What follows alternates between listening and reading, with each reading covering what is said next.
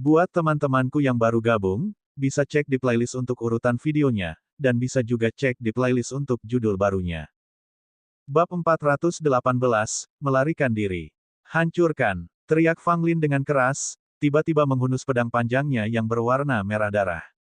Tiba-tiba, pedang Qi berwarna darah meraung, dipenuhi dengan kekuatan yang luar biasa untuk membelah langit dan meretakkan bumi, menghancurkan kandang rantai daging berdarah yang menyelimuti sekelilingnya. Pada saat yang sama, Fang Lin menghentakkan kaki ke tanah, menyerang dengan dahsyat ke arah Gu Hanshan, pedang panjangnya yang berwarna merah darah diarahkan untuk menyerangnya. Gu Hanshan tidak berani menantang pedang panjang berwarna merah darah itu secara langsung, dan langsung mundur, ketakutan tampak jelas di matanya. Saat mundur, Gu Hanshan menepuk tas istana 9 di pinggangnya. 3 bendera hitam besar berkibar, masing-masing mendarat di arah yang berbeda. Menekan, teriak Gu Hanshan keras. 3 bendera besar tiba-tiba mengeluarkan asap hitam mengepul, yang menyatu menjadi sebuah bola. Terhalang, Fang Lin memperhatikan asap hitam pekat itu dengan waspada. Tiba-tiba sebuah lengan hitam pekat muncul dari kepulan asap, disertai hembusan angin dingin, lengan itu mengarah langsung ke Fang Lin. Fang Lin mengayunkan pedangnya dan langsung memotong lengan hitam itu. Mengaum, raungan memilukan keluar dari asap hitam. Nampaknya ada sosok mengerikan yang tersembunyi di dalamnya, dan serangan pedang Fang Lin tampaknya telah membuatnya marah. Ledakan, sebuah tinju besar tiba-tiba melesat keluar, mengejutkan Fang Lin, menjatuhkannya, dan membuatnya terkapar di tanah. Raksasa hitam muncul dari asap hitam, lebih dari 10 kali lebih besar dari manusia, dengan anggota tubuh yang kuat, tetapi anehnya tanpa kepala. Gu Hanshan terengah-engah. Tampaknya menggunakan teknik rahasia seperti itu sangat melelahkan.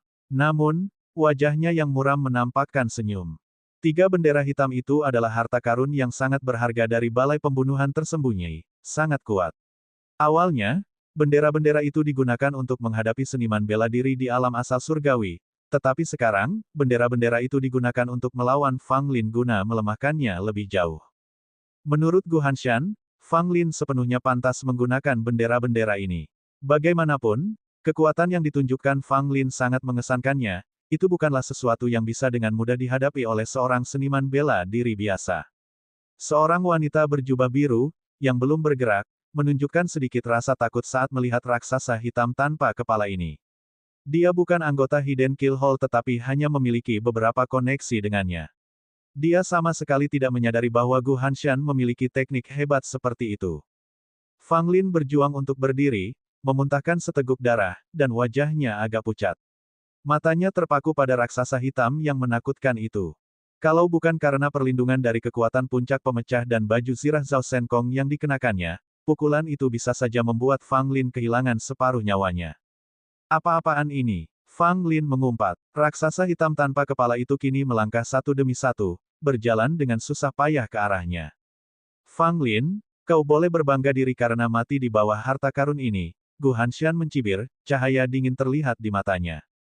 Fang Lin tetap diam, tidak gentar, dan mengencangkan cengkeramannya pada pedang panjang berwarna merah darah. Namun, pedang terkutuk itu mulai menyerap darahnya lagi. Tidak bisakah kau membaca situasi? Sekarang bukan saatnya untuk haus akan darahku. Fang Lin mengumpat keras pada pedang panjangnya yang berwarna merah darah. Marah dengan umpatan Fang Lin, pedang itu tampaknya meningkatkan penyerapan darahnya, membuatnya langsung merasa tidak nyaman. Tanpa menunda, dia menyimpannya di dalam tas istana 9 miliknya. Benda sialan ini, gagal di saat kritis. Fang Lin mengumpat, menyadari bahwa ia tidak bisa mengandalkan pedang panjang berwarna merah darah itu. Tanpa ragu, ia meraih senjata lain. Hahaha, aku, Sang Ele yang agung, sebelum Kors Ginseng bisa menyelesaikan pernyataan sombongnya setelah tampil cemerlang di atas panggung, ia melihat raksasa hitam tanpa kepala menyerbu ke arah mereka. Ya dewa, mayat Ginseng meratap, hampir pingsan karena ketakutan. Tepat saat hendak melarikan diri, Fang Lin menangkapnya dan menggunakannya sebagai senjata untuk memukul raksasa hitam tanpa kepala itu. Dengan suara, boom, yang menggelegar, Ginseng bangkai menghantam kaki raksasa hitam itu. Hal itu menyebabkan retakan yang terlihat pada kaki kokoh raksasa itu. Ark, sakit sekali. Aku mau mati. Teriak Kors Ginseng kesakitan. Namun, tidak ada satupun goresan di tubuhnya, dan tidak ada sedikit pun kulit yang terkelupas. Fang Lin agak tertarik. Meskipun ginseng mayat agak pendek, rasanya cukup praktis untuk digunakan sebagai senjata. Yang mengejutkannya, tidak perlu khawatir akan rusak. Fang Lin pernah mengujinya dengan memukulnya menggunakan tongkat tulang besar, tetapi tidak berhasil. Maka Fang Lin menyimpulkan bahwa tingkat kekerasan ginseng bangkai setidaknya harus lebih tinggi dari tingkat kekerasan batang tulang. Karena itu, ia mulai menggunakan ginseng bangkai sebagai senjata melawan raksasa hitam tanpa kepala. Dasar pencuri licik, Fang Lin, aku kutuk kau agar tidak mati wajar. Suatu hari nanti, aku akan menghajarmu sampai mati. Dasar, Fang Lin menyerang raksasa itu dengan ganas, menyebabkan retakan di seluruh kakinya. Menggunakan jurus 9 langkah surga, dia menghindari serangan raksasa hitam itu, berhasil menjaga situasi tetap buntu untuk sementara waktu. Namun, gelombang asap hitam lain mendekat dan rantai hitam terbang keluar darinya, mengikat erat tubuh Fang Lin. Fang Lin meraung, mengerahkan jurus White Elephant Trampling Mountain miliknya. Ia berhasil merobek rantai hitam itu, tetapi langsung terlempar oleh pukulan raksasa tanpa kepala itu. Kali ini, luka Fang Lin sangat parah. Rasanya seolah-olah organ dalamnya telah diatur ulang, menyebabkan rasa sakit yang luar biasa dan hampir membuatnya pingsan. Ini tidak akan berhasil. Aku harus melarikan diri secepatnya. Fang Lin, yang menahan rasa sakit, menyadari bahwa melanjutkan pertarungan tidak akan menguntungkan baginya. Fang Lin lalu menamparkan tas istana sembilannya, dengan cepat melahap pil darah jahat. Saat pil darah jahat memasuki tubuhnya, kekuatan batin Fang Lin tiba-tiba meledak, meningkat 10 kali lipat dalam sekejap. Rasa sakit di tubuhnya tampaknya menghilang. Tentu saja, ini tidak lebih dari sekadar mati rasa sementara. Luka-lukanya tidak membaik sedikit pun, luka-lukanya hanya ditutupi oleh kekuatan pil darah jahat. Pada saat ini, kekuatan Fang Lin meningkat pesat, efek dahsyat dari pil darah jahat untuk sementara waktu meningkatkan kekuatannya hingga mendekati kekuatan seorang pendekar asal surgawi. Tentu saja, itu hanya dekat. Masih ada celah antara dia dan seorang master sejati dari alam asal surgawi.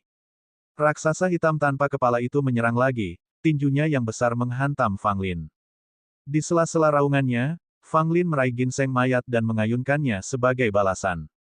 Ledakan. Diiringi teriakan si ginseng bangkai, tinju raksasa hitam tanpa kepala itu hancur berkeping-keping dan berubah menjadi asap hitam. Fang Lin kembali memuntahkan darah.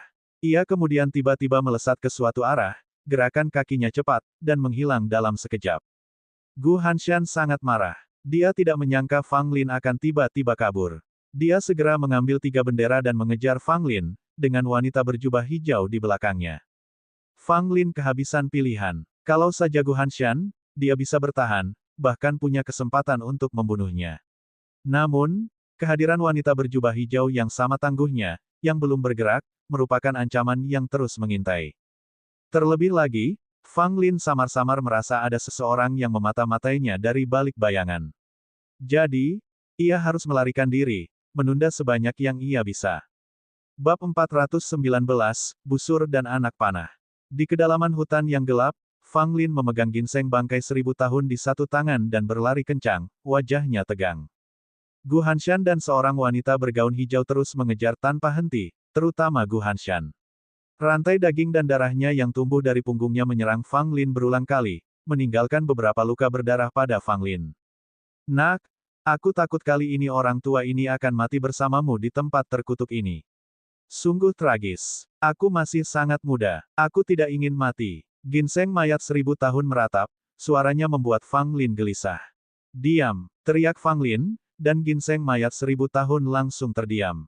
Fang Lin menoleh ke belakang, menggertakkan giginya, dan menambah kecepatan langkahnya, seakan-akan ada angin kencang yang bertiup di sekelilingnya.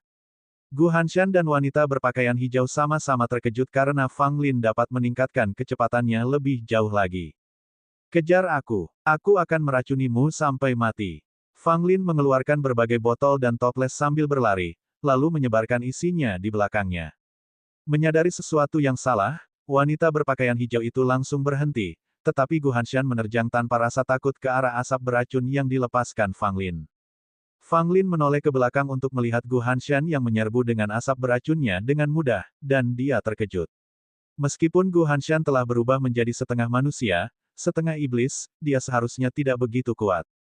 Tanpa sepengetahuan Fang Lin, Gu Hanshan telah menelan benda langka yang dapat menetralkan sebagian besar racun sebagai persiapan untuk menghadapi Fang Lin. Oleh karena itu, asap beracun Fang Lin tidak berpengaruh padanya. Fang Lin, kau tidak bisa melarikan diri. Gu Hanshan meraung marah, melepaskan cakram berputar hitam dari tas istana 9 miliknya yang memancarkan cahaya menakutkan saat terbang ke arah Fang Lin. Fang Lin menggertakkan giginya, berbalik untuk melancarkan pukulan yang membuat cakram yang berputar itu melayang. Namun, Fang juga menderita akibat serangan cakram itu, yang begitu kuat hingga ia merasa seolah-olah beberapa tulang rusuknya hancur. Namun, Fang Lin tidak punya waktu untuk mengkhawatirkan luka-lukanya. Pada saat ini, bertahan hidup adalah yang terpenting. Saat cakram hitam itu sekali lagi meluncur ke arahnya, Fang Lin, dengan mata penuh keganasan, melemparkan batu tanpa batas. Banget, kekuatan batu tanpa batas itu sangat mengejutkan, cakram hitam itu akhirnya hancur berkeping-keping. Mata Gu Hanshan menyipit. Dia tahu tentang batu yang sangat kuat yang dimiliki Fang Lin dan telah menjaganya. Melihat Fang Lin menggunakannya sekarang membuat jantungnya berdebar kencang karena waspada. Batu tanpa batas, yang berhasil menyerang, kembali ke tangan Fang Lin. Fang Lin segera melemparkannya lagi, kali ini diarahkan ke Gu Hanshan. Gu Hanshan, yang telah waspada terhadap gerakan ini, menghindari serangan itu. Melihat ini, Fang Lin mendesah dalam hati. Meskipun sangat ampuh, batu tanpa batas adalah senjata yang mudah. Mereka yang waspada dan gesit dapat menghindarinya dengan mudah. Jika tidak mengenai sasarannya, kekuatan batu tanpa batas itu secara praktis tidak ada gunanya. Inilah kelemahan batu itu, yang sangat disadari oleh Fang Lin. Oleh karena itu, ia biasanya tidak menggunakan batu tanpa batas kecuali ia melakukan serangan yang tidak terduga. Gu Hanshan adalah musuh lama Fang Lin. Dia sangat menyadari kekuatan batu tanpa batas. Jadi, berharap untuk membunuh Gu Hanshan dengan batu tanpa batas sama sekali tidak realistis. Lagi pula, lawan-lawannya tidak bodoh dan tidak akan hanya berdiri di sana dan membiarkan dia membidik mereka. Mengambil batu tanpa batas, Fang Lin sekali lagi memanggil sesuatu dari tas 9 istananya, sebuah busur besar dengan hiasan burung emas. Tali busurnya terbuat dari urat binatang iblis. Busur ini, harta karun dari tas 9 istana Zhao Shenkong, merupakan harta karun keluarga kerajaan negeri Yun, dan sekarang berada dalam kepemilikan Fang Lin. Di dalam tas itu juga terdapat tabung anak panah yang penuh dengan anak panah. Masing-masing dari 18 anak panah itu dicampur dengan batu kristal langit, ujungnya sangat tajam dan kuat. Setiap anak panah memiliki susunan yang diukir di atasnya, yang meningkatkan kekuatannya. Pada saat itu, Fang Lin menyiapkan busur dan anak panahnya. Jari-jarinya menarik tali busur sekuat bulan purnama sebelum tiba-tiba melepaskan anak panah. Mata Gu Hanshan menyipit. Dia segera menghindar, tetapi anak panah itu mengubah lintasannya dan mengikutinya seperti bintang jatuh yang mengejar bulan. Sambil mendengus dingin, Gu Hanshan juga tidak menunjukkan rasa takut. Dengan lengan kirinya mengepal dan dikelilingi oleh ki iblis, dia menyerang anak panah yang datang. Berdebar. Detik berikutnya, ada lubang berdarah di tangan Gu Hanshan, tulang-tulangnya yang putih bersih terlihat melalui lubang itu. Gu Hanshan terkejut. Anak panah ini benar-benar dapat menembus tubuh binatang iblisnya dan melukai tulang-tulangnya. Jadi dia masih punya harta karun seperti itu. Gu Hanshan mengumpat marah dalam hatinya, niat membunuhnya terhadap Fang Lin semakin kuat.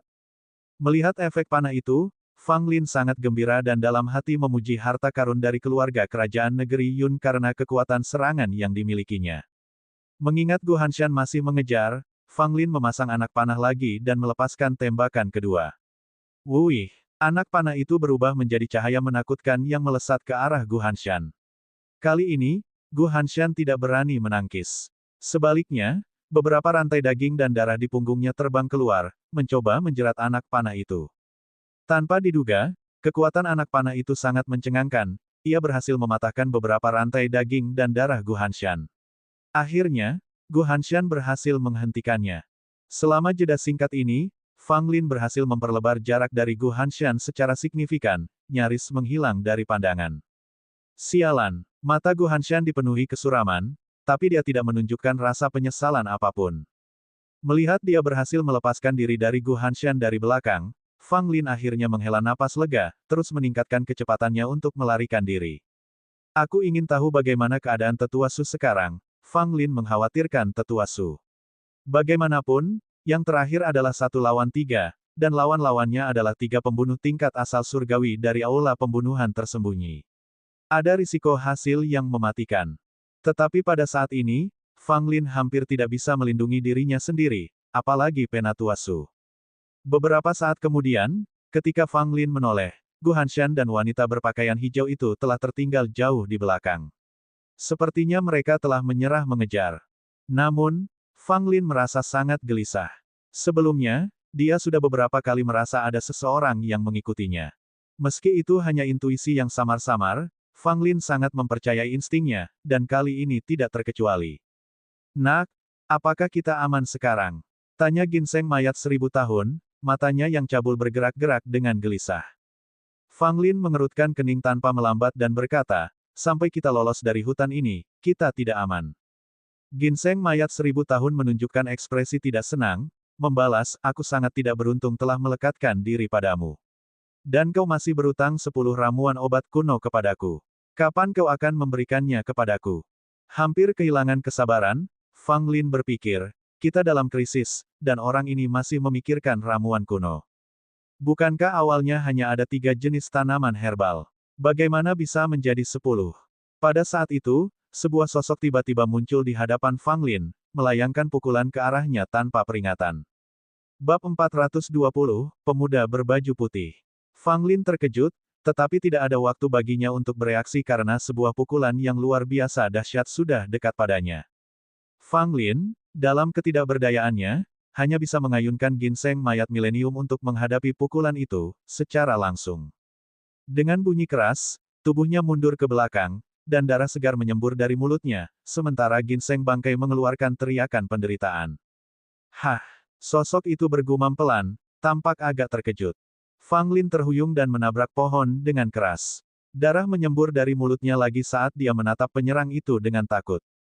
Aku akan mati, kekuatan hidupku akan hancur. Ginseng mayat itu terus-menerus meratap, tampaknya terluka parah. Namun ketika Fang Lin meliriknya, dia mendapati bahwa ginseng itu tidak terluka, membuatnya memutar matanya karena frustrasi. Penyerangnya adalah seorang pemuda berpakaian putih yang sama sekali tidak sesuai dengan gaya Hidden Kill Hall. Wajahnya tampan meskipun ada bekas luka di pipi kirinya yang menambah kesan garang pada wajahnya yang tampan. Pria muda itu tampak berusia 20-an dan berdiri tidak jauh, dengan sedikit ketertarikan saat dia mengamati Fang Lin dan ginseng bangkai di tangannya. Siapa kamu? Fang Lin bertanya dengan suara berat. Pemuda berpakaian putih itu tersenyum tipis sambil menarik bekas luka di wajahnya yang membuatnya tampak agak menyeramkan. Aku adalah pembunuh bayaran dari Hidden Kill Hall, di sini untuk mengambil nyawamu, kata pemuda berpakaian putih itu dengan tenang, tampak seperti orang yang sangat lembut bagi mereka yang tidak mengenalnya. Wajah Fang Lin berubah muram. Seperti yang diduga, pria ini berasal dari Hidden Kill Hall. Pemuda berpakaian putih ini terasa berbeda, musuh yang tangguh. Kekuatanmu sungguh mengejutkan. Pantas saja Gu Hanshan dan yang lainnya tidak bisa menghadapimu. Tapi sekarang kau tidak akan bisa lolos dariku, kata pemuda berpakaian putih itu sambil tersenyum. Fang Lin mencibir, karena aku akan mati, bisakah kau memberitahuku mengapa balai pembunuhan tersembunyi ingin membunuhku dengan putus asa? Pemuda berpakaian putih itu merenung sejenak sebelum berkata, sebenarnya, aku sendiri tidak tahu. Tapi jika kau menjadi target aula Hidden Kill, kau tidak punya peluang untuk bertahan hidup. Lagi pula, kau adalah target yang cukup menantang, jadi mereka mengirimku untuk membunuhmu. Fang Lin tertawa, apakah kau memiliki peringkat tinggi di aula pembunuhan tersembunyi? Pemuda berpakaian putih itu tertawa, tidak terlalu tinggi. Aku hanya salah satu dari 108 H Assassin.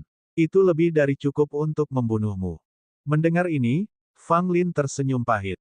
Sungguh, Hidden Kill Hall sangat menghormatinya, bahkan sampai mengirim seorang H Assassin untuk menghadapinya.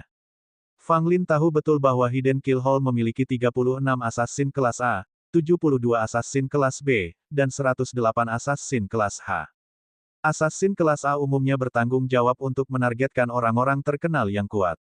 Setiap kali Assassin kelas A dikirim, seorang VIP pasti akan menemui ajalnya. Pembunuh kelas B ditugaskan untuk membunuh mereka yang berada di atas asal surgawi. Sedangkan untuk H Assassin, jangkauan mereka bahkan lebih luas, mengingat kekuatan 108 H Assassin bervariasi. Yang kuat dapat membunuh mereka yang berada di alam asal surgawi sementara yang lemah dikirim untuk membunuh mereka yang berada di bawah alam itu. Pemuda berpakaian putih ini sangat cakap dan merupakan salah satu pembunuh bayaran H. Menggunakannya untuk menghadapi Fang Lin, seorang pemurni pil elemen tanah tingkat 9, memang menunjukkan harga diri. Kita sudah cukup bicara. Sudah waktunya untuk mengantarmu pulang. Aku orang yang sangat penyayang dan dapat memberimu pilihan tentang bagaimana kau ingin mati. Katakan saja, dan selama aku bisa melakukannya, aku akan mencoba mengakomodasimu, kata pemuda berpakaian putih itu, tampak penuh kesedihan atas nasib manusia. Fang Lin menyeringai sambil memamerkan giginya, aku tidak ingin mati, jadi kau yang beritahu aku apa yang harus kulakukan. Pemuda berpakaian putih itu menggelengkan kepalanya sambil tersenyum, itu tidak akan berhasil. Jika kau tidak mati, aku tidak akan bisa menyelesaikan misiku. Jika itu terjadi, akulah yang akan mati sebagai gantinya. Fang Lin berpura-pura berpikir lalu tiba-tiba berkata, bagaimana kalau begini, mengapa kau tidak meninggalkan aula pembunuhan tersembunyi dan bergabung dengan sekte kabut ungu bersamaku? Pemuda berpakaian putih itu tertawa terbahak-bahak, itu ide yang bagus, tetapi tidak praktis. Kau bukan anggota Hidden Kill Hall dan tidak tahu kekejamannya. Begitu kau bergabung dengan Hidden Kill Hall, satu-satunya cara untuk keluar adalah dengan mati. Fang Lin menghela napas, lalu apa arti hidupmu?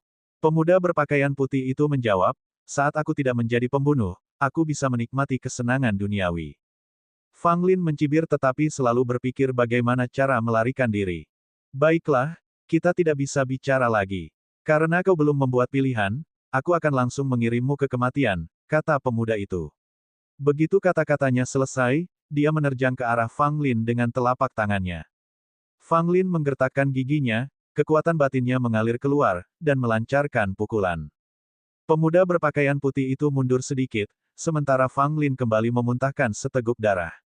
Seperti anak panah yang terlepas dari tali busurnya, tanpa keinginan untuk bergulat lebih jauh, dia langsung melarikan diri. Setengah langkah menuju asal surgawi. Fang Lin, pikirnya dalam hati. Ia telah mengukur kekuatan pemuda itu. Jika ia bertahan dan bertarung, ia tidak akan mendapatkan apapun yang baik. Ditambah lagi, jika ia berlama-lama, Gu Hanshan dan wanita berpakaian hijau itu mungkin akan menyusulnya. Menurutmu kemana kau akan pergi? Pemuda berpakaian putih itu bergerak sangat cepat, dengan tangan seputih giok melesat langsung ke arah jantung Fang Lin. Fang Lin memperlihatkan refleks yang cepat, menarik keluar tongkat tulang besarnya dan mengayunkannya langsung ke arah pemuda berpakaian putih yang datang. Tatapan mata pemuda itu menyipit, dia mundur, tidak berani berhadapan langsung dengan Fang Lin. Melihat bahwa dia telah memaksa pemuda berpakaian putih itu mundur sementara, Fang Lin melarikan diri lagi tanpa menoleh ke belakang. Dengan demikian, pemuda berpakaian putih itu berhasil mengejar Fang Lin beberapa kali lagi. Setiap kali mereka beradu, Fang Lin terlempar ke belakang, darah menyembur dari mulutnya, dan luka-lukanya semakin parah. Bagi pemurni pil lapisan ke-9 elemen tanah seperti Fang Lin, menghadapi asal surgawi setengah langkah sangatlah sulit. Ditambah dengan cedera yang dideritanya sebelumnya dalam bentrokan dengan wanita berpakaian hijau dan Gu Hanshan, dan tekanan yang sangat besar karena harus melarikan diri selama ini, meskipun efek pil jahat darahnya masih berlaku, tampaknya ia sudah kehabisan tenaga. Pada saat itu, Fang Lin mengeluarkan beberapa pil dan menelannya untuk meringankan lukanya. Ketika menoleh ke belakang, dia melihat pemuda berpakaian putih itu mengikutinya lagi. Sial, apakah mereka pikir aku sudah kehabisan akal? Fang Lin bergumam pada dirinya sendiri.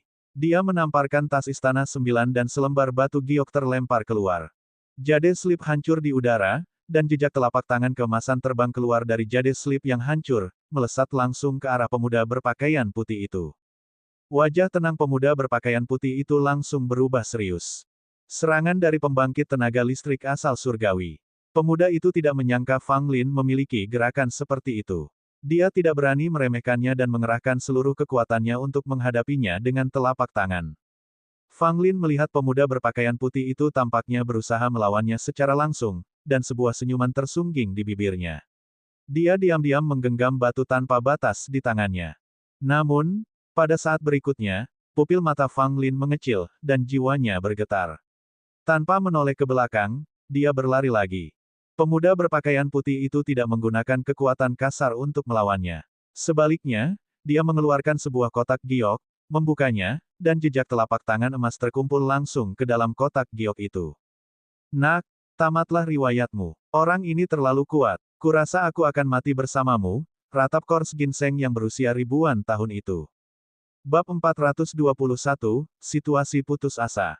Fang Lin mengutuk nasibnya dalam hati, pemuda berpakaian putih itu tidak hanya kuat tetapi juga memiliki banyak trik tersembunyi. Dia benar-benar dalam kesulitan. Pada titik ini, Fang Lin membuang semua kehati-hatiannya, melepaskan lebih banyak asap dan bubuk beracun dengan harapan dapat menghalangi pemuda berpakaian putih itu untuk mengejarnya. Melihat awan racun yang mendekat, pemuda berpakaian putih itu menyipitkan matanya, menahan diri untuk tidak terjun secara membabi buta ke dalamnya. Dia mengeluarkan manik-manik hijau dari tas 9 istananya, yang melayang di sekitarnya, menyerap semua asap dan bubuk beracun yang sengaja dilepaskan oleh Fang Lin. Dengan manik-manik ini yang menuntun jalan, pemuda berpakaian putih itu tetap tidak terhalang. Setelah melihat ini, Fang Lin tidak dapat menahan diri untuk tidak mengutuk dalam hati. Wah, kalau kau punya trik tersembunyi, lebih baik kau gunakan sekarang juga, atau kita berdua tamat. Teriak Ginseng bangkai 1000 tahun dengan panik. Fang Lin terdiam, berpikir jika dia mati, itu lain ceritanya, tetapi orang ini tak terkalahkan, kebal terhadap kehancuran. Selama pengejaran, Fang Lin sekali lagi menarik busur dan anak panahnya, mencoba menghalangi pemuda berpakaian putih itu. Namun, pemuda berpakaian putih itu juga memiliki sejumlah artefak yang bisa digunakannya. Sebuah cermin perunggu melayang keluar, pantulan cahayanya menyebabkan anak panah kehilangan kekuatannya di tengah jalan. Sialan, berapa banyak harta yang dimiliki orang ini? Fang Lin hampir menjadi gila. Dia menyingkirkan busur dan anak panahnya dan terus melarikan diri. 2 kali selama pengejaran, pemuda berpakaian putih itu berhasil mengejar Fang Lin, membuatnya terlempar dengan pukulan dan darah berceceran dari mulutnya. Namun Fang Lin bertekad untuk tidak melawannya, dan hanya fokus untuk melarikan diri. Pemuda berpakaian putih itu kesal karena tidak dapat menangkap Fang Lin. Ia tidak menyangka Fang Lin begitu sulit ditangkap.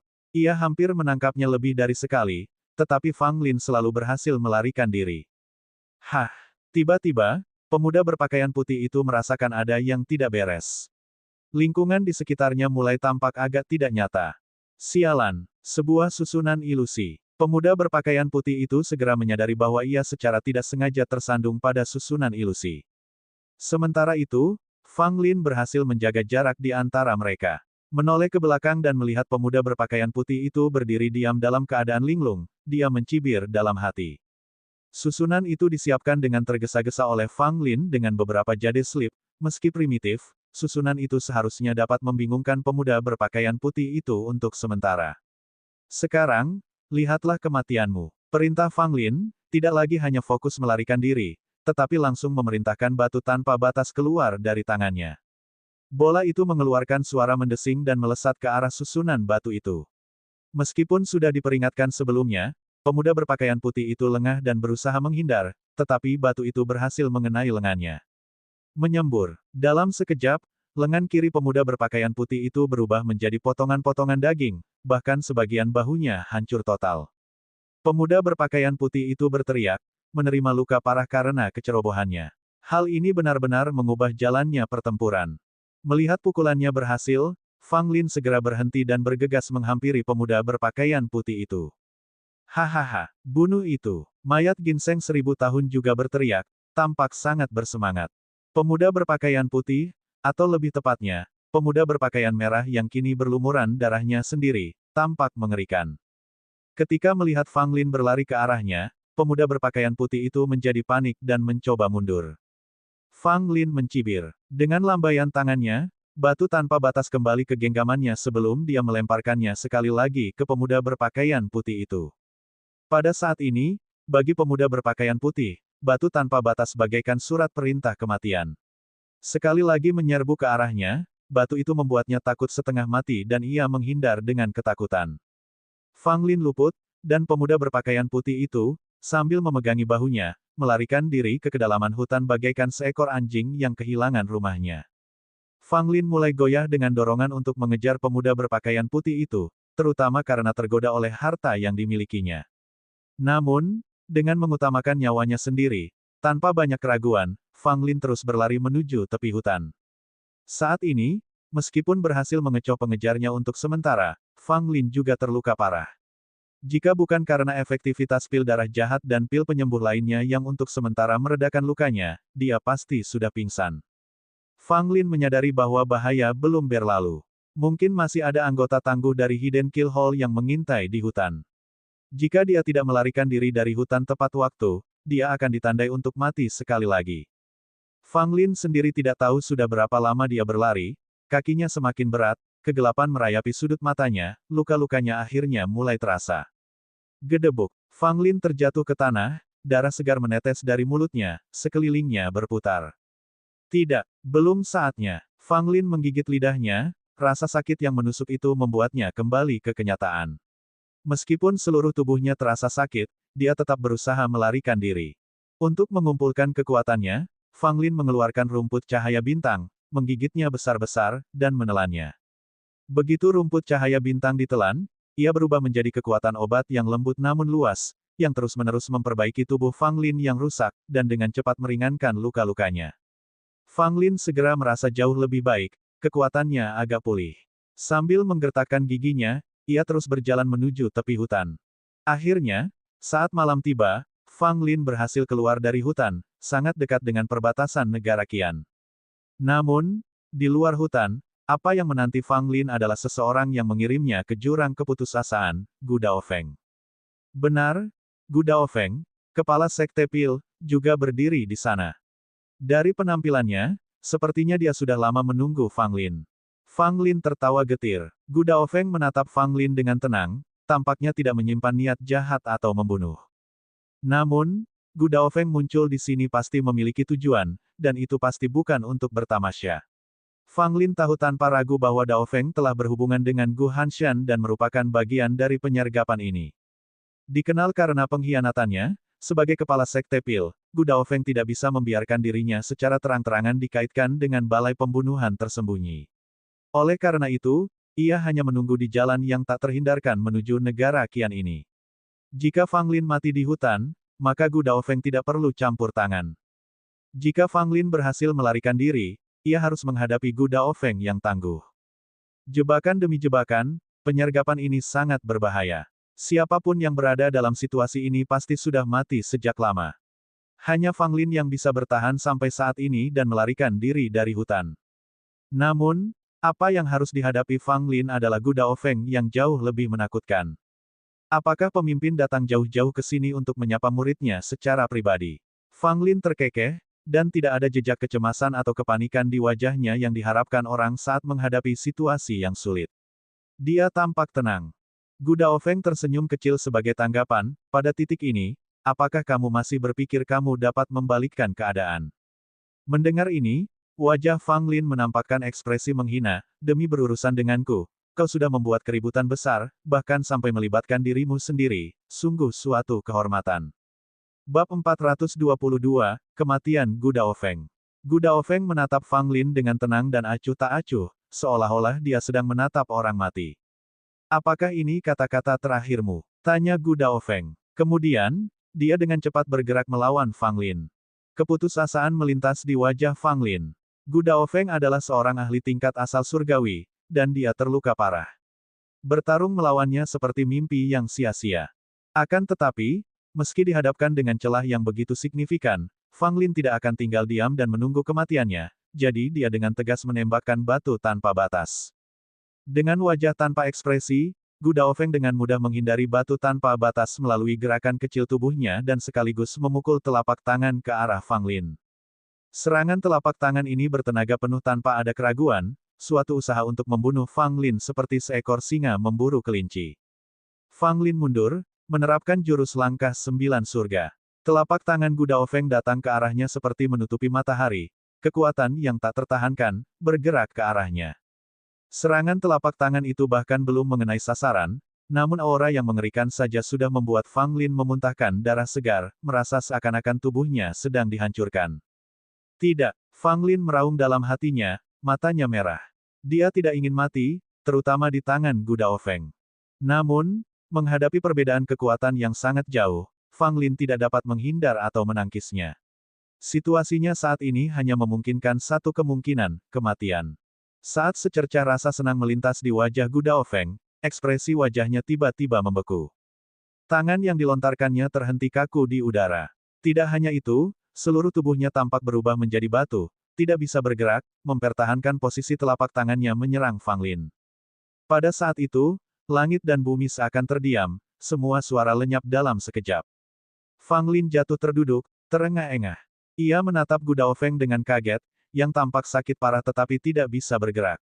Untuk sesaat, Fang Lin tidak mengerti apa yang baru saja terjadi. Tiba-tiba, sebuah lengan layu terjulur dari tas 9 istana Fang Lin, membawa aroma kematian yang kuat, dan perlahan terulur ke arah Gu Daofeng. Wajah Fang Lin berubah drastis. Dia mengenali pemilik lengan yang layu itu. Itu memang lengan dari orang suci iblis mayat tua kering yang telah disegel oleh Fang Lin di tripod laut ekstrim. Pada saat ini, lengan layu ini terentang dari tas istana 9 ke arah Gu Daofeng. Meskipun gerakannya lambat, namun membawa suasana yang menindas dan menyeramkan. Pupil mata Gu Daofeng membesar karena tak percaya saat ia melihat lengan layu itu terjulur ke arahnya. Ia ingin bergerak, tetapi tubuhnya terikat oleh kekuatan yang tidak diketahui, membuat satu jari pun sulit digerakkan. Pada saat ini, orang yang menghadapi keputusasaan berubah dari Fang Lin menjadi Gu Daofeng. Lengan yang layu itu terus terentang.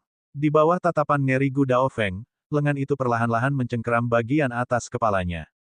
Saat tangan itu menyentuh tubuh Gu Daofeng, ia merasa seakan-akan tenggelam ke dalam lubang es, tubuhnya langsung kehilangan suhunya. Telapak tangan yang layu itu mencengkeram tengkorak Gu Daofeng, dan sebuah kekuatan tak berwujud melonjak, menyebabkan vitalitas Gu Daofeng mengalir menuju lengan yang layu itu. Terlihat dengan mata telanjang bahwa pipi Gu Daofeng mulai kehilangan vitalitasnya, tubuhnya menjadi lemah, matanya melotot, memperlihatkan keputusasaan yang amat dalam. Fang Lin menggigil saat melihatnya. Setan suci mayat tua yang kering ini tampaknya menguras kekuatan hidup Gu Daofeng. Tiba-tiba, Fang Lin memikirkan skenario yang mengerikan. Jika mayat tua yang kering menyerap kekuatan hidup Gu Daofeng dan terbangun, bisakah dia juga menghisap Fang Lin hingga kering? Saat memikirkan hal ini, Fang Lin langsung panik. Dia hampir tidak bisa menghadapi Gu Daofeng, seorang ahli tingkat asal surgawi. Jika mayat tua kering itu hidup kembali, maka Fang Lin benar-benar bisa mengakhiri hidupnya sendiri.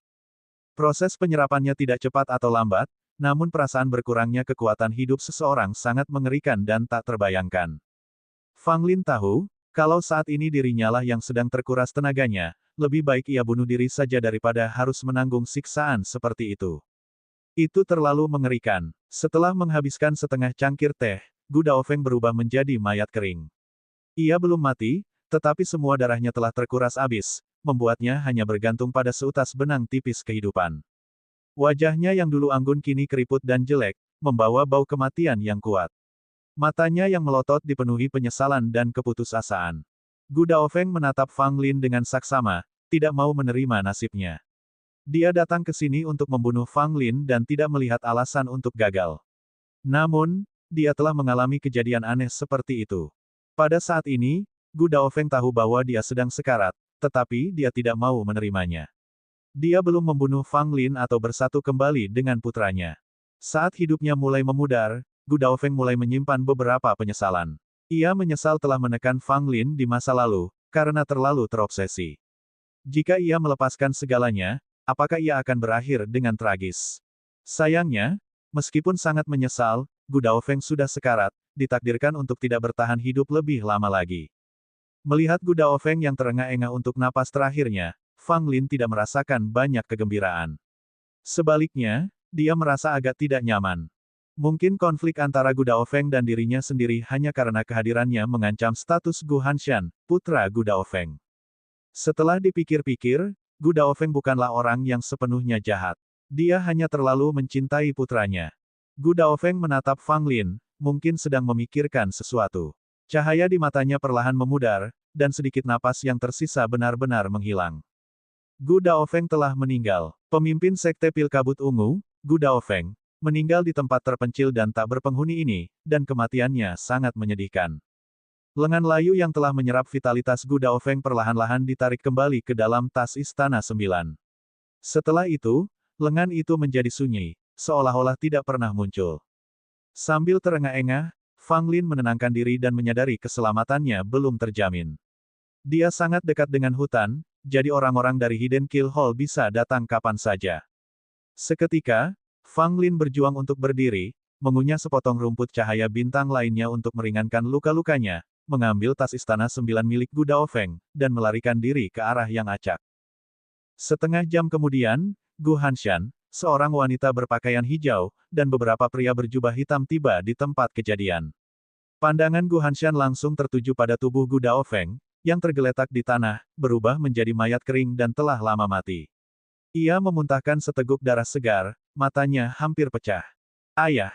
Gu Hanshan berteriak kesakitan dan jatuh ke tubuh Gu Daofeng, seluruh tubuhnya berada di ambang kehancuran.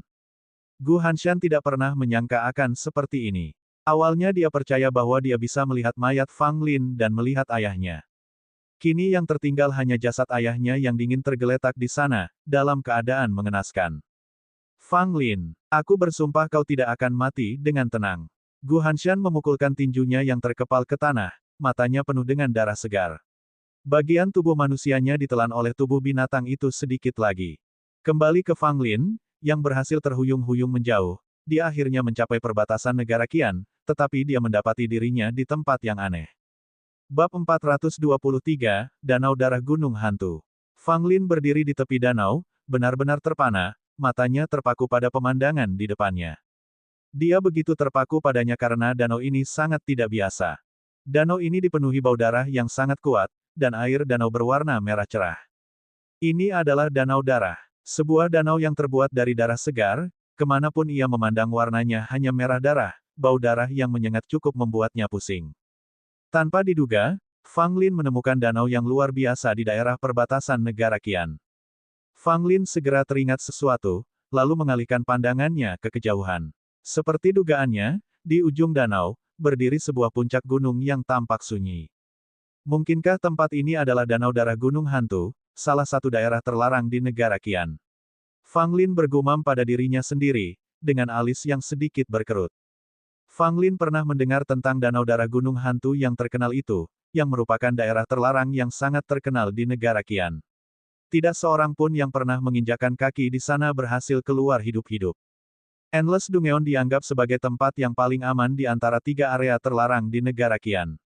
2 area lainnya, Ghost Mountain Blood Lake dan Misty Forest, dikenal sebagai perangkap maut, karena tidak ada seorang pun yang selamat setelah memasukinya. Dengan reputasi seperti itu, Danau Darah Gunung Hantu dan hutan berkabut telah menjadi tempat yang ditakuti oleh penduduk negara Qian. Tidak ada yang berani memasuki atau bahkan mendekati kedua tempat ini. Sebab pada masa lampau pernah terjadi kejadian dahsyat di kedua kawasan terlarang tersebut, di mana banyak pejalan kaki yang melewati kawasan terlarang tersebut terhisap ke dalamnya, dan tidak pernah muncul lagi. Oleh karena itu, warga negeri Qian lebih memilih menjelajah ke penjara tak berujung untuk mencari harta karun, dan mereka tidak berani main di Danau Darah Gunung Hantu atau hutan berkabut, karena itu sama saja dengan mencari kematian. Setelah mengamati cukup lama, Fang Lin hampir yakin bahwa tempat ini adalah Danau Darah Gunung Hantu. Fang Lin diam-diam meratapi nasib buruknya. Setelah nyaris lolos dari kematian dan memasuki negara Qian, dia pikir dia akan aman. Namun tanpa diduga, dia berakhir di daerah terlarang, Danau Darah Gunung Hantu. Mungkinkah ada orang yang lebih malang darinya? Meskipun Fang Lin ingin segera pergi, luka-luka fisiknya menghalanginya untuk bergerak lebih jauh. Dia tidak punya pilihan selain beristirahat di tempat. Baiklah, karena aku sudah di sini, aku akan pergi setelah aku sedikit pulih. Fang Lin bergumam pada dirinya sendiri saat dia duduk dan mulai bermeditasi dan menyembuhkan luka-lukanya. Namun Fang Lin tidak berani lengah. Tempat yang menyeramkan ini tidak dapat diprediksi dan dapat membawa bahaya kapan saja. Dia sama sekali tidak berani ceroboh. Setelah beberapa saat, melihat tidak terjadi apa-apa di sekitarnya, dia sedikit rileks, menelan pil penyembuh, dan melanjutkan sesi penyembuhannya. Dan pada saat Fang Lin sedang menyembuhkan dirinya, dari danau darah yang senyap seperti cermin, tiba-tiba riak-riak mulai terbentuk seolah-olah ada sesuatu yang mengalir di bawahnya. Fang Lin segera membuka matanya, menatap pergerakan di danau darah, matanya dipenuhi kewaspadaan. Pergerakan di dalam danau darah itu makin lama makin intens, dan di tengah-tengah pusaran air darah itu, seekor ular piton raksasa muncul. Ular piton raksasa ini berwarna merah darah dengan taring yang sangat tajam, dan yang lebih mengherankan lagi, di kepalanya terdapat wajah manusia yang menyeramkan. Melihat makhluk mengerikan itu menerjang ke arahnya dari dalam danau, Fang Lin terkejut dan segera menghunus tongkat tulangnya. Gedebuk. Fang Lin memukul kepala ular piton itu dengan pentungan, tetapi kemudian dirinya sendiri terlempar oleh ular piton raksasa berwarna merah darah itu. Ular piton berwarna merah darah itu bergerak cepat, membuka mulutnya yang besar dan meraung ke arah Fang Lin, seolah ingin menelannya. Fang Lin mengumpat pelan, terkejut dengan kekuatan ular piton merah darah yang telah membuatnya kehilangan keseimbangan hanya dalam satu gerakan. Dengan ular piton yang berusaha melahapnya, dia tahu bahwa dia dalam masalah besar. Saat itu juga, Fang Lin menstabilkan tubuhnya, esens darah puncak penghancurnya diaktifkan, dan seluruh dirinya berubah menjadi binatang iblis berwujud humanoid. Fang Lin bermaksud memanfaatkan aura dahsyat dari iblis raksasa itu, menghancurkan puncak untuk mengintimidasi ular piton merah darah dan mencegahnya menyerangnya. Namun, ular piton raksasa berwarna merah darah itu tampaknya tidak takut dengan aura puncak hancur milik Fang Lin. Ia bahkan tampaknya tidak menyadarinya dan terus menyerangnya. Pada saat itu, Fang Lin terkejut. Mungkinkah ular piton raksasa ini bukan binatang iblis? Kalau tidak, binatang iblis manapun secara naluriah harus takut pada aura puncak yang melanggar. Namun saat ini, dia tidak punya waktu untuk memikirkan hal itu. Ketika ular piton raksasa itu melancarkan serangannya, Fang Lin menunjukkan kekuatan Breaking Peak, dan mengayunkan tongkatnya sekali lagi. Kali ini, hal itu berhasil. Ular piton raksasa itu, yang merasakan sakit, mundur sedikit tetapi masih melotot tajam ke arah Fang Lin, menganggapnya sebagai mangsanya. Fang Lin juga menatapnya, berpikir, apakah itu hanya ular piton? Seharusnya tidak sekuat binatang iblis 3 transformasi. Meskipun dia masih terluka, Fang Lin tidak takut padanya. Namun, pada saat berikutnya, Fang Lin memucat seolah-olah dia telah melihat hantu, dan ekspresinya tak ternilai harganya, paling tidak itulah yang bisa dikatakan. Dia melihat bahwa dari danau darah, banyak ular piton merah darah terus-menerus muncul ke permukaan. Sepasang mata seperti manusia semuanya menatap Fang Lin, dan mereka semua menuju ke arah pantai. Jumlahnya banyak dan tampaknya tak ada habisnya. Sekilas, jumlahnya tampak lebih dari ratusan, yang cukup untuk mengejutkan Fang Lin. Ya dewa, Fang Lin terus mundur, menyadari bahwa dia dalam masalah besar. Siapa yang tahu bahwa ada begitu banyak ular piton raksasa di danau darah ini? Satu ular piton saja sudah cukup berbahaya, apalagi jumlahnya yang banyak. Bahkan jika ada pembangkit tenaga listrik asal surgawi datang ke sini, mereka mungkin akan gemetar ketakutan. Pada saat ini, Fang Lin tidak punya waktu untuk berpikir. Dengan jumlah ular piton yang begitu banyak dan kecepatan yang sangat tinggi, mustahil untuk melarikan diri. Pada saat itu, Fang Lin menamparkan tas istana sembilannya dan mengeluarkan pedang darahnya. Begitu pedang darah muncul, ia berusaha menghisap darah Fang Lin. Seketika, Fang Lin membuangnya dan mengarahkannya ke arah ular piton raksasa. Apakah kamu tidak haus darah? Di sini ada banyak ular, hisaplah sebanyak yang kamu mau. Jika tidak cukup, ada danau berdarah di sana, hisaplah sebanyak yang kamu mau. Fang Lin berteriak pada pedang darah. Itu hanya percobaan keberuntungan, namun anehnya, pedang darah bersinar terang seolah menanggapi perkataan Fang Lin. Seketika itu juga pedang darah berubah menjadi bayangan dan menebas tubuh ular piton berwarna merah darah itu. Kemanapun pedang itu diarahkan, ular piton merah darah yang awalnya tampak megah itu semuanya terpotong dari atas ke bawah. Sementara darah segar di dalam ular piton raksasa berwarna merah darah itu terus mengalir ke pedang darah. Fang Lin menyaksikan dengan takjub, sambil mengumpat dalam hatinya, pedang darah selalu gagal saat dia dalam keadaan kritis, tetapi menjadi sangat bersemangat saat harus menghisap darah. Sungguh menyebalkan. Namun, siapa yang menyuruh pedang itu menjadi bos? Fang Lin juga tidak mampu menyinggungnya, ia harus memperlakukannya sebagai harta karun. Dalam waktu singkat, lebih dari 100 ular piton berwarna merah darah berubah menjadi mayat. Anehnya, tidak ada setetes darah pun di tanah. Semuanya terhisap bersih oleh pedang darah. Pedang darah nampaknya belum merasa puas, ia berbalik dan menyerbu ke arah danau darah yang mengerikan itu. Apa, kau benar-benar ingin menyedot danau hingga kering? Fang Lin tercengang, dan segera mencoba menghentikannya. Danau darah terlalu aneh, dia takut pedang darah akan menyebabkan masalah besar. Bab 424, Danau Darah Mengering. Pedang panjang berwarna darah itu, berkelap-kelip dengan cahaya merah yang rakus dan menyilaukan, melaju lurus menuju danau darah itu. Fang Lin ingin menghentikannya, tetapi tidak ada waktu sama sekali. Makhluk ini mengabaikannya sama sekali dan hanya berjalan dengan caranya sendiri. Tepat saat pedang panjang berwarna darah itu mengarahkan ujungnya ke danau darah, tiba-tiba terdengar suara gemuruh dari dalam, seolah-olah ada binatang buas yang menakutkan sedang bersembunyi di dalamnya, dan perilaku provokatif pedang panjang itu benar-benar membuat entitas di dalam danau itu marah. Hanya untuk melihat air danau darah bergolak, sebuah tangan yang seluruhnya terbuat dari darah terangkat darinya, meraih pedang panjang berwarna darah yang mengambang. Pedang panjang berwarna darah itu berdengung, tampak sangat meremehkan. Dengan kilatan cahaya pedang, tangan yang terbuat dari darah itu segera menghilang. Akan tetapi, pada saat berikutnya, tangan itu kembali ke keadaan semula, dan bahkan lebih besar, dengan lebih banyak darah yang terkumpul di dalamnya. Tangan besar itu melolong saat mendekat, membawa bau darah yang mengerikan, seolah ingin menyeret pedang panjang berwarna darah itu ke dalam danau dan menekannya. Fang Lin menyaksikan kejadian ini, pikirannya terkejut. Pasti ada sesuatu yang aneh di danau darah, karena ia bertindak aneh seperti ini. Namun, dia tidak terlalu khawatir.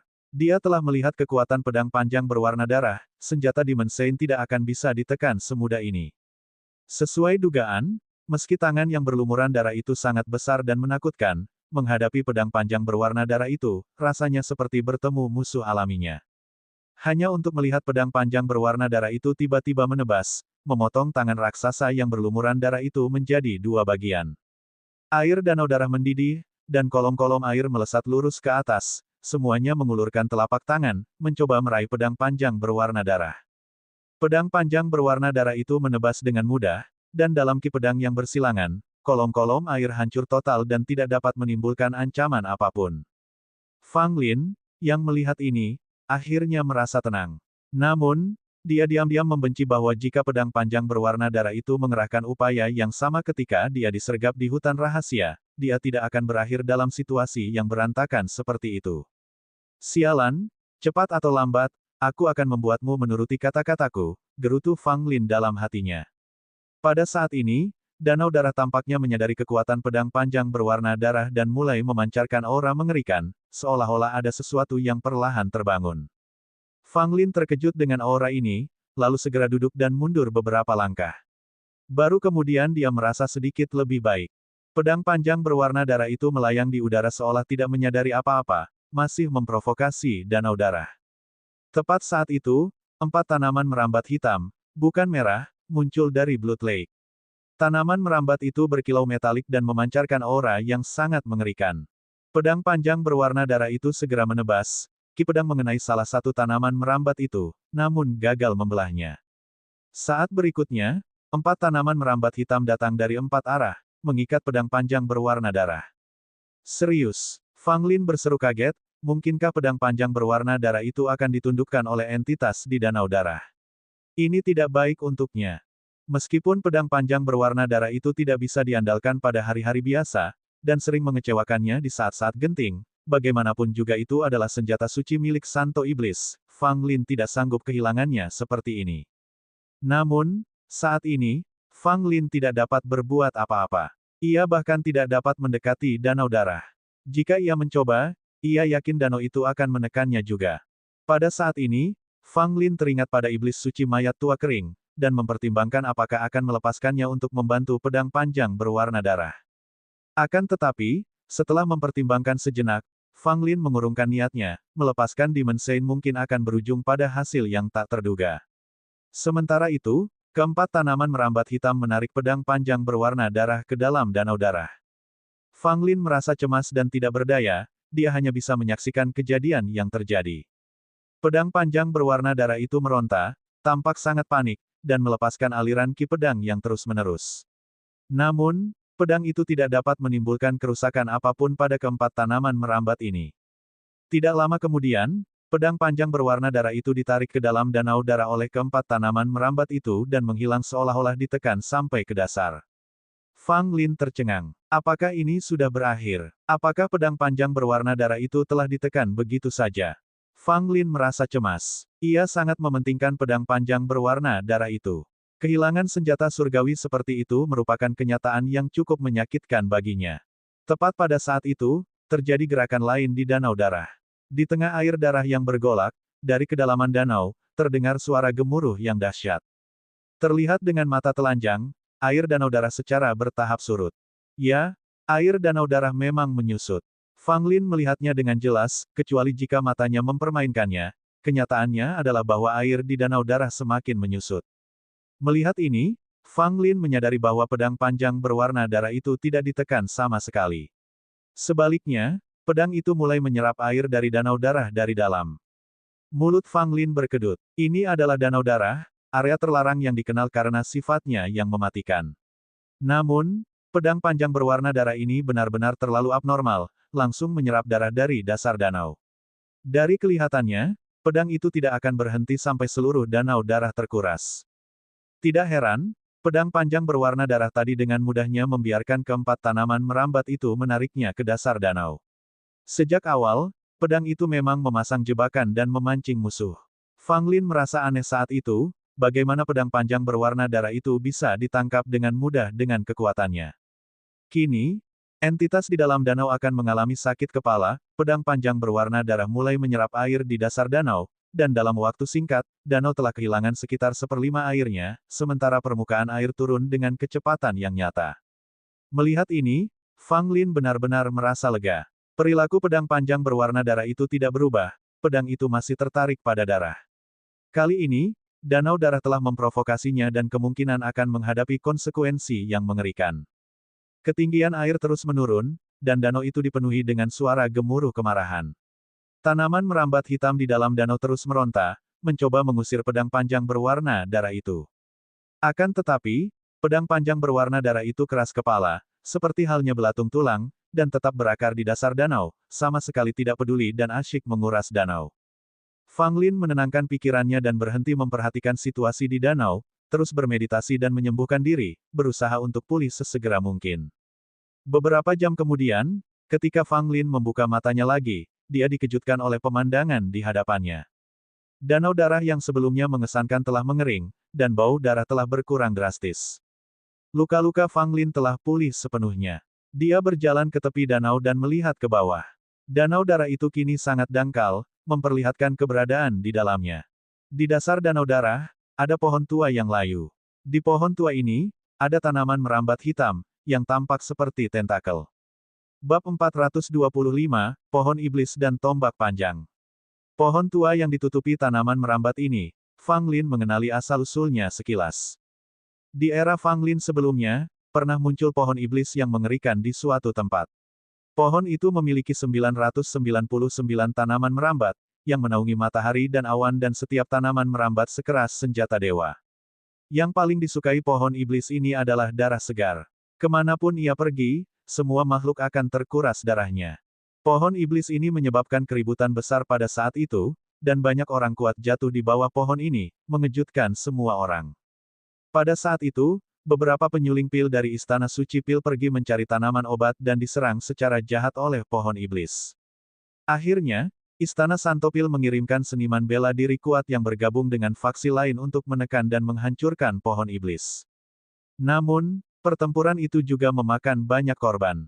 Pohon iblis itu sangat kuat, memiliki kekuatan surgawi yang memungkinkannya menghilang dengan bebas, seniman bela diri biasa yang kuat tidak akan mampu menandinginya. Saat pertempuran itu terjadi, Fang Lin baru saja bergabung dengan Istana Saint Pil belum lama ini, jadi dia belum melihat betapa sengit dan berdarahnya pertempuran itu, tetapi dia mendengar dari orang-orang yang kembali. Sekarang melihat pohon tua dengan tanaman merambat hitam ini, Fang Lin langsung teringat pada pohon iblis kuno yang menyeramkan yang telah menggemparkan dunia. Akan tetapi, pohon di danau darah ini jelas bukan pohon iblis kuno dari tahun-tahun itu, karena pohon itu telah dibunuh oleh para ahli bela diri yang kuat dan bahkan akarnya telah hancur, tidak mungkin pohon itu muncul kembali. Pohon iblis yang terlihat ini ternyata tidak berada di dekat pohon kuno itu, hal ini dapat dilihat bukan hanya dari ukurannya tetapi juga dari jumlah tanaman merambatnya. Pohon iblis kuno, dengan 999 tanaman merambat, dapat menyapu semua seniman bela diri yang kuat di dunia, membuat orang berubah warna saat melihatnya. Akan tetapi, yang ada di danau darah hanya memiliki 12 tanaman merambat, jauh lebih sedikit daripada pohon iblis kuno. Meski begitu, Fang Lin memasang ekspresi serius di wajahnya, karena ini jelas merupakan pohon iblis yang sedang tumbuh.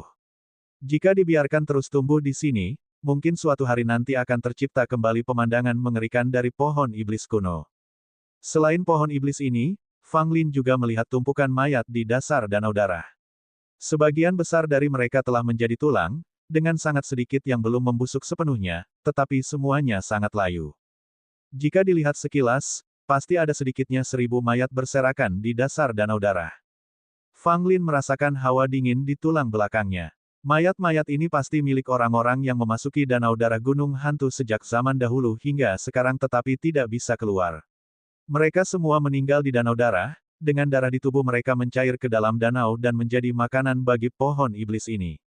Kita bisa bayangkan betapa menderitanya orang-orang ini sebelum mereka meninggal, dan pohon iblis ini, meskipun telah melakukan pembunuhan besar-besaran, hanya tumbuh hingga tingkat 12 tanaman merambat. Kalau dipikir-pikir, pertumbuhan pohon iblis ini pasti membutuhkan nutrisi yang sangat banyak. Tanpa puluhan ribu atau bahkan ratusan ribu orang yang menjadi sumber nutrisinya, akan sulit untuk tumbuh hingga ukuran yang signifikan. Pada saat ini, pedang panjang berwarna merah tua itu dengan ganas menusuk tubuh pohon iblis, terus-menerus menyerap darah segar yang ada di dalam pohon iblis. Fang Lin merasakan gelombang emosi. Jika bukan karena pedang panjang merah, senjata suci lainnya mungkin akan kesulitan menghadapi pohon iblis ini. Jika pohon iblis ini memiliki ratusan tanaman merambat, aku khawatir pedang panjang berwarna merah akan sulit menjadi lawannya. Lagi pula, pohon iblis di zaman dahulu dibantai oleh semua orang pemberani. Namun, pada saat ini, pohon iblis ini telah bertemu musuh bebuyutannya yang terbesar dan berada di ujung jalan.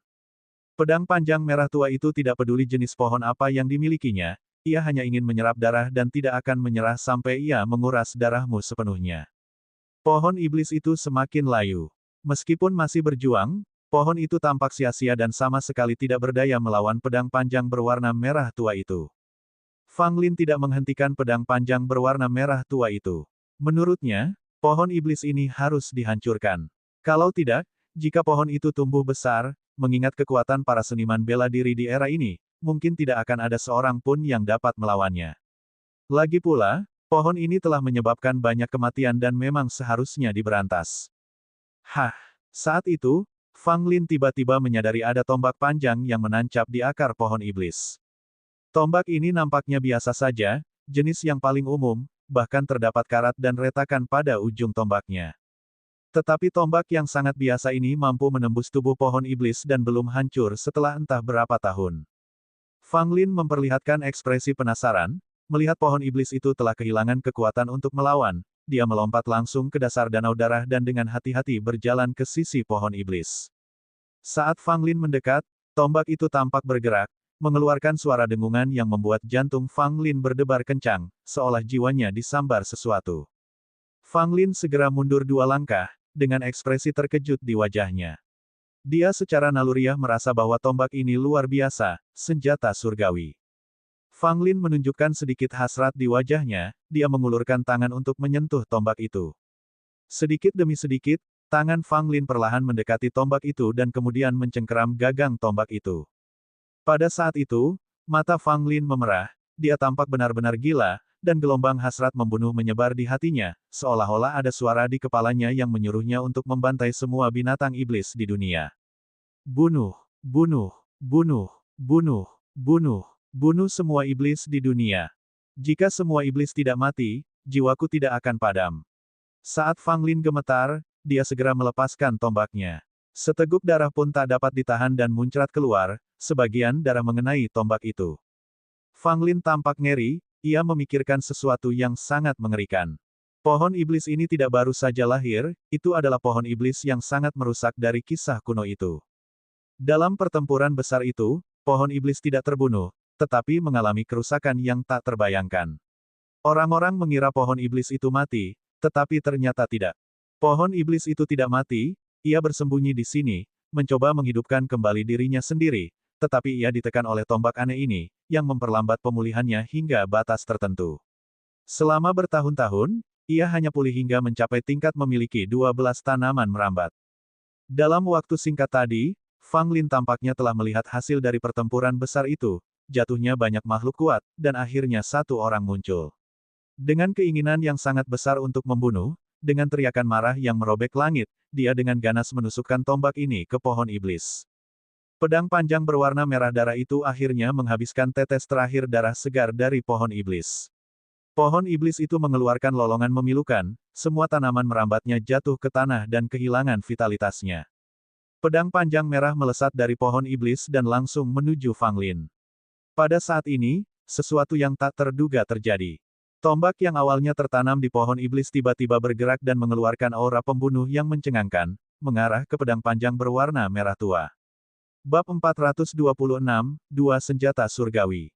Pedang panjang berwarna darah itu tampak terancam, seluruh tubuhnya memancarkan ki pedang sambil memancarkan bau darah yang memenuhi langit. Sebelum Fang Lin bisa bereaksi, tombak itu bersiul, menimbulkan suara seperti angin pecah, dan terlibat dalam pertarungan dengan pedang panjang berwarna darah. Kedua senjata dewata itu, yang tampaknya merupakan musuh bebuyutan sejak lama, bertarung dengan amat sengit, dengan serangan aura yang menakutkan sesekali. Baik tombak maupun pedang panjang berdarah itu tampaknya berada dalam amarah yang memuncak, berusaha mati-matian untuk mengalahkan satu sama lain. Fang Lin menyaksikannya dengan tercengang. Apa yang sedang terjadi? Mengapa tombak dan pedang panjang berdarah itu saling bertarung? Hal ini membuat Fang Lin khawatir karena baik pedang panjang berdarah maupun tombak, keduanya adalah senjata dewa yang mengerikan. Jika salah satu rusak, dia akan sangat sedih. Jika kedua senjata suci itu rusak, Fang Lin sejujurnya bahkan tidak akan bisa menangis. Hei, kalau kau terus melawan, aku akan mengasinkan mayat tuanmu menjadi acar. Fang Lin berteriak pada pedang panjang berlumuran darah itu, yakin pedang itu bisa memahaminya. Sungguh, ketika pedang panjang berdarah itu mendengar kata-kata Fang Lin, ia segera menjadi geram, melempar tombaknya ke samping, dan langsung menyerang Fang Lin. Fang Lin melompat ketakutan dan dengan cepat melambaikan tangannya, "Aku bercanda, gurumu sangat cerdas dan ahli dalam ilmu bela diri, bagaimana mungkin aku berani menyentuhnya?"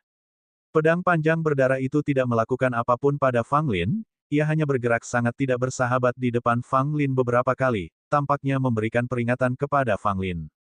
Pada saat itu, tombak itu terbang, masih bertekad untuk menentukan pemenang melawan pedang panjang berdarah dengan niat membunuh.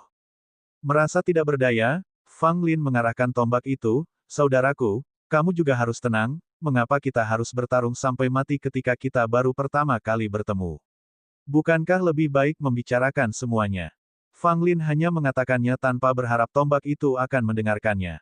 Tanpa diduga, tombak itu benar-benar berhenti di udara dan tidak melanjutkan serangannya pada pedang panjang berdarah itu.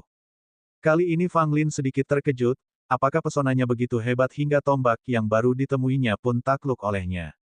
"Bisakah kau mengerti kata-kataku?" Fang Lin bertanya pada tombak itu. Tombak itu berayun di udara, tampaknya menanggapi Fang Lin. Melihat hal itu, Fang Lin pun membenarkan kalau tombak itu memang memahaminya, sama halnya dengan pedang panjang berdarah itu, hanya saja jika dibandingkan dengan pedang panjang berdarah tadi, tombak ini tampak lebih bersahabat. Pedang panjang berdarah itu masih sangat waspada terhadap tombak, dengan cahaya darah meresap di badan pedang, tampaknya siap menyerang lagi kapan saja. Fang Lin belum pernah melihat pedang panjang berdarah itu dalam keadaan waspada seperti ini sebelumnya. Tampaknya pedang itu telah bertemu dengan lawannya. Dari sini, dapat disimpulkan bahwa tombak ini memang luar biasa, sedemikian rupa sehingga senjata Demon Sein, pedang panjang berdarah, merasa terancam. Fang Lin mengulurkan tangannya ke arah tombak, tombak itu tampak ragu sejenak, lalu perlahan bergerak ke arah Fang Lin. Ketika Fang Lin mencengkeram tombak itu, perasaan gila dan kekerasan kembali menyerbu, sekali lagi dia hampir terjerumus ke dalam kondisi liar. Fang Lin segera melepaskannya, dan tombak itu tetap berada di sisinya tanpa bergerak sedikitpun. Senjata yang luar biasa. Fang Lin terengah-engah. Tombak ini terlalu kuat, hanya dengan memegangnya saja dapat memberikan dampak yang sangat besar padanya. Pedang panjang berdarah itu berkedip-kedip di samping, menunjukkan ketidakpuasan yang luar biasa. Dengan suara mendesing, pedang itu langsung menembus tas istana 9 milik Fang Lin. Fang Lin terkejut. Pedang panjang berdarah ini telah menyedot begitu banyak darah, takutnya pedang ini dimaksudkan untuk memulihkan vitalitas mayat tua yang kering. Ini tidak mungkin terjadi. Segera, Fang Lin mengeluarkan tripod laut ekstrim yang menampung mayat tua kering dan memasukkannya ke dalam tas 9 istana lainnya. Namun Fang Lin meremehkan obsesi pedang panjang berdarah itu, pedang itu tiba-tiba menerobos tas istana 9, mengarahkan ujung pedangnya ke Fang Lin, tampaknya mengancam Fang Lin untuk menyerahkan tubuh orang suci iblis itu. Berdengung. Seketika tombak itu diarahkan ke pedang panjang yang berdarah, seolah-olah melindungi Fang Lin. Fang Lin mulai sakit kepala, semula ia pikir mempunyai dua senjata dewa akan menyenangkan, tetapi sekarang tampaknya entah itu pedang panjang berdarah atau tombak, keduanya sama-sama menyusahkan. Fang Lin sangat menyadari apa yang akan dilakukan oleh pedang panjang berdarah itu. Menghidupkan kembali Demon Sein adalah sesuatu yang tidak dapat ia terima. Bagaimanapun, hanya surga yang tahu apa yang akan dilakukan Demon Sein kepadanya setelah ia terbangun. Terlebih lagi, dengan mayat Demon Sein di tangannya, dia akan memiliki kendali atas pedang panjang berdarah itu dan tidak akan membiarkannya bertindak sembrono. Sudah kubilang, sungguh mustahil untuk menghidupkan kembali mayat tua kering itu, kata Fang Lin dingin kepada pedang panjang berdarah itu. Pedang panjang berdarah itu mengamuk, langsung menusuk ke arah Fang Lin. Tombak itu segera menangkisnya, menghantam pedang panjang berdarah itu. Fang Lin melanjutkan, jika kau ingin dia hidup kembali, kau harus menuruti perintahku, kalau tidak aku akan segera meminta tombak itu untuk menghancurkan mayat tua kering itu sepenuhnya. Mendengar hal itu, pedang panjang berdarah itu langsung berhenti, cahayanya memudar, dan jatuh ke tanah. Fang Lin tidak menyangka ancaman ini begitu efektif, tetapi setelah dipikir-pikir lagi, tombak itu memang sangat menakutkan, tombak itu tampaknya sangat terobsesi dengan binatang iblis, ingin membunuh semua binatang iblis. Meskipun Demon Sein adalah manusia, ia juga memiliki aura iblis.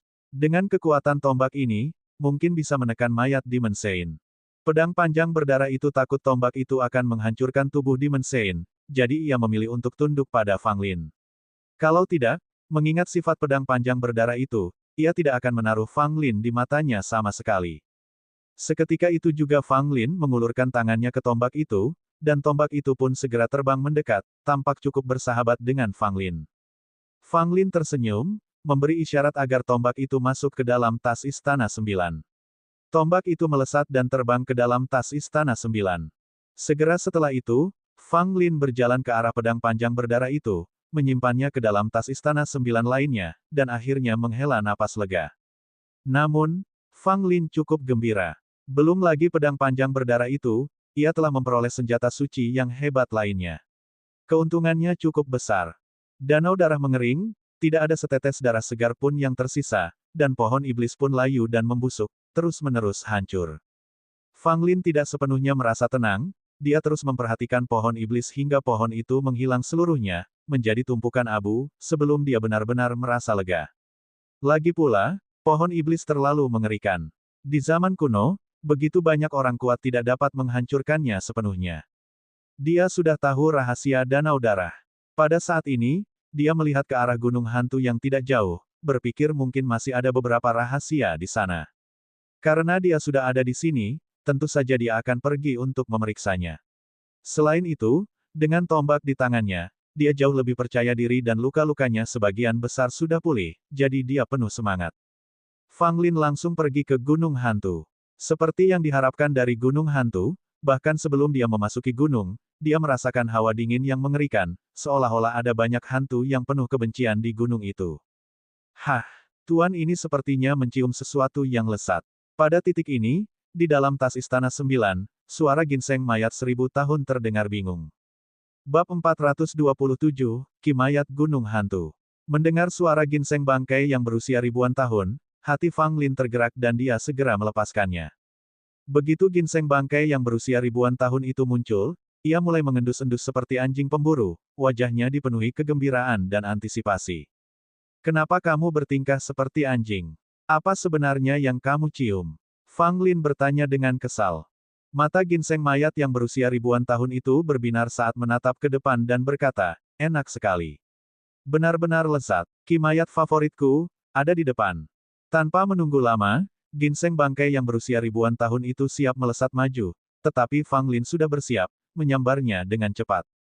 Lepaskan aku. Aku ingin pergi berpesta. Cepatlah, lepaskan aku. Kalau tidak, aku akan menendangmu sampai mati. Mayat ginseng yang berusia ribuan tahun itu meratap, melotot ke arah Fang Lin. Fang Lin menyeringai, aku pikir kamu hanya ingin melarikan diri. Tidak akan. Benar-benar ada sesuatu yang lezat di depan sana, turunkan aku sekarang. Jawab ginseng bangkai yang sudah berumur ribuan tahun itu dengan tergesa-gesa. Fang Lin menatap ke depan mengikuti kata-katanya, hanya melihat kabut yang agak suram dan bau mayat yang kuat dan ada di mana-mana. Fang Lin memahami bahwa ginseng bangkai yang berusia ribuan tahun tumbuh subur dengan ki mayat, tentu saja, ini membuatnya sangat peka terhadap ki tersebut, bahkan tampaknya menganggapnya sebagai makanannya. Dengarkan aku, ini bukan tempat yang bisa kita jelajahi dengan bebas, berhati-hatilah atau nyawamu akan melayang, kata Fang Lin. Mayat ginseng yang berusia ribuan tahun itu mencibir, dengan kekuatan bawaanku, setan atau hantu apa yang bisa menyakitiku. Fang Lin tertawa, maukah aku membiarkan jin keluar untuk menggigitmu sedikit? Ginseng bangkai yang berusia ribuan tahun itu langsung tenang, selain ketangguhannya, ketakutan terbesarnya adalah jin, yang giginya yang tajam mungkin tidak akan menyebabkan luka serius, tetapi akan membuat keadaan menjadi sangat tidak menyenangkan. Aku katakan padamu, asal kau membawaku lebih dulu untuk menyerap ki mayat, kita bisa melupakan 15 ramuan obat kuno yang kau hutangkan padaku. Ginseng mayat yang berusia ribuan tahun itu dengan hati-hati mengusulkan pada Fang Lin. Fang Lin tertawa meremehkan. Dia hanya setuju memberinya 3 ramuan obat kuno, tetapi jumlahnya terus bertambah. Sekarang diminta 15. Cukup omong kosongnya, tutup saja mulutmu untuk saat ini. Fang Lin mengumpat lalu meraih ginseng mayat dan melangkah maju. Setelah beberapa saat, Fang Lin menyadari bahwa mereka perlahan-lahan dikelilingi oleh kabut misterius. Tidak mudah untuk mengidentifikasi arahnya dan bau mayat yang menyebar semakin kuat, menyebabkan dia mengernyitkan alisnya karena kesal. Sementara itu, ginseng mayat yang berusia ribuan tahun itu menikmati situasi tersebut. Dengan mulut terbuka lebar, ia terus menghisap ki mayat di area tersebut. Ah, rasanya sangat nikmat. Sudah lama sekali aku tidak merasakan kenikmatan seperti ini. Ginseng mayat mengeluarkan suara yang menyentuh jiwa, membuat Fang Lin terdiam dan ingin melemparnya ke tanah dan menginjaknya. Diam saja dan lakukan apa yang kau mau, kata Fang Lin, sambil terus mengawasi keadaan di sekitarnya. Nak, aku hanya ingin menjagamu, tapi sepertinya ada semacam susunan di sekitar sini, kata ginseng mayat yang berusia ribuan tahun itu lalu melanjutkan menyerap ki mayat, tidak peduli dengan potensi bahaya. Seperti yang dikatakan oleh Kors ginseng yang berusia ribuan tahun, ia tidak perlu takut. Bahkan dalam menghadapi bahaya, tubuhnya yang hampir tidak bisa dihancurkan akan melindunginya dari bahaya. Namun Fang Lin berbeda. Sebagai manusia biasa, ia harus selalu berhati-hati. Satu langkah yang salah dapat mengakibatkan bencana yang tidak dapat diubah. Kabut di sekitarnya tidak terlalu tebal, tetapi juga tidak tipis. Meskipun jarak pandang masih jelas dalam jarak 10 langkah, jarak lebih jauh dari itu menjadi sangat kabur. Agar terhindar dari gas beracun di sekitarnya, Fang Lin dengan hati-hati meminum pil. Setelah menunggu di tempat itu sejenak dan memperhatikan tidak terjadi apa-apa, Fang Lin menarik napas dalam-dalam dan melangkah maju. Fang Lin baru saja melangkah beberapa langkah ketika ia melihat banyak tulang kering di bawah kakinya, semuanya berserakan secara acak. Fang Lin mengerutkan kening dan berjongkok untuk memeriksa tulang-tulang kering itu. Tulang-tulang ini telah tergeletak di sini setidaknya selama beberapa ratus tahun, Fang Lin menyimpulkan setelah memeriksa tulang-tulang tersebut. Melihat ke depan, dia melihat lebih banyak tulang kering. Selain itu, ki mayat di sini lebih padat dari sebelumnya. Acar tua, menurutmu susunan macam apa ini? Fang Lin bertanya pada ginseng mayat berusia ribuan tahun, yang dengan rakus menyerap ki mayat di dekatnya. Bagaimana aku bisa tahu susunan apa itu? Aku hanya punya firasat tentangnya, kata Kors ginseng yang berusia ribuan tahun itu sambil memutar matanya. Fang Lin berhenti mencari bantuannya. Ia menyadari bahwa ia tidak dapat mengandalkannya dan harus mencari tahu sendiri. Fang Lin terus berjalan, melihat semakin banyak tulang di bawah kakinya. Kemudian, dia mendapati dirinya berjalan di jalan yang seluruhnya dipenuhi tulang putih. Jalan yang dipenuhi tulang. Fang Lin terkejut dan bertanya-tanya, berapa banyak orang yang telah meninggal di sini? Ada banyak tulang di dekat danau darah, dan sepertinya gunung hantu telah merenggut banyak nyawa. Rasanya jumlah totalnya sama dengan jumlah penduduk kota kecil. Berjalan di sepanjang jalan tulang, Fang Lin tidak dapat menghilangkan perasaan sedang diawasi, seolah-olah banyak mata sedang menatapnya dari kabut. Bereaksi terhadap hal ini, nyala api muncul di tubuh Fang Lin. Itu adalah pil api penguasa jiwa yang berwarna merah menyala. Aura panasnya tampaknya telah membubarkan sebagian kabut di sekitarnya. Namun, sesaat kemudian, Fang Lin mendengar suara angin bertiup di belakangnya. Saat menoleh, dia melihat seorang wanita tegap menyerangnya. Fang Lin terkejut. Dia tidak menyadari ada orang di belakangnya sampai dia mendengar suara angin yang pecah. Jika wanita itu tidak menyerang, dia mungkin tidak akan menyadarinya sama sekali. Mengambil langkah mundur untuk bertahan, Fang Lin menendang wanita itu, menjatuhkannya ke tanah. Namun, wanita itu dengan kaku berhasil berdiri kembali dan terus menyerangnya. Fang Lin memperhatikan kulit wanita itu yang pucat, matanya terbuka tetapi pupil matanya melengkung ke atas, dan dari tubuhnya tercium bau mayat yang kuat, tanpa kehidupan. Seekor zombie. Alis Fang Lin berkerut, dan dia segera melemparkan ginseng mayat berusia ribuan tahun di tangannya ke arah wanita itu. Hahaha, ki mayat yang kuat sekali, ini favoritku. Seru ginseng mayat berusia ribuan tahun itu, langsung menerkam wanita itu dan menghisapnya dengan ganas. Tubuh wanita itu mulai mengeluarkan aliran kabut abu-abu yang tersedot ke dalam kors ginseng yang berusia ribuan tahun. Akibatnya, gerakannya melambat hingga akhirnya dia berhenti. Dengan bunyi gedebuk, wanita itu jatuh terlentang, tubuhnya dengan cepat berubah menjadi tulang. Namun, ginseng bangkai yang berusia ribuan tahun itu masih dengan rakus memeluk tulang rusuknya, menjilatinya dengan rakus. Melihat tontonan itu, Fang Lin merasa mual. Meskipun sudah tahu bahwa acar tua punya selera yang tidak biasa, rasanya mual melihatnya menjilati mayat. Cukup, ini bukan iga, beberapa jilat saja sudah cukup, gerutu Fang Lin sambil mengambil ginseng bangkai yang sudah berumur ribuan tahun. Dipegang oleh Fang Lin, mayat ginseng yang berusia ribuan tahun itu tiba-tiba memasang ekspresi terkejut saat menatap ke belakangnya.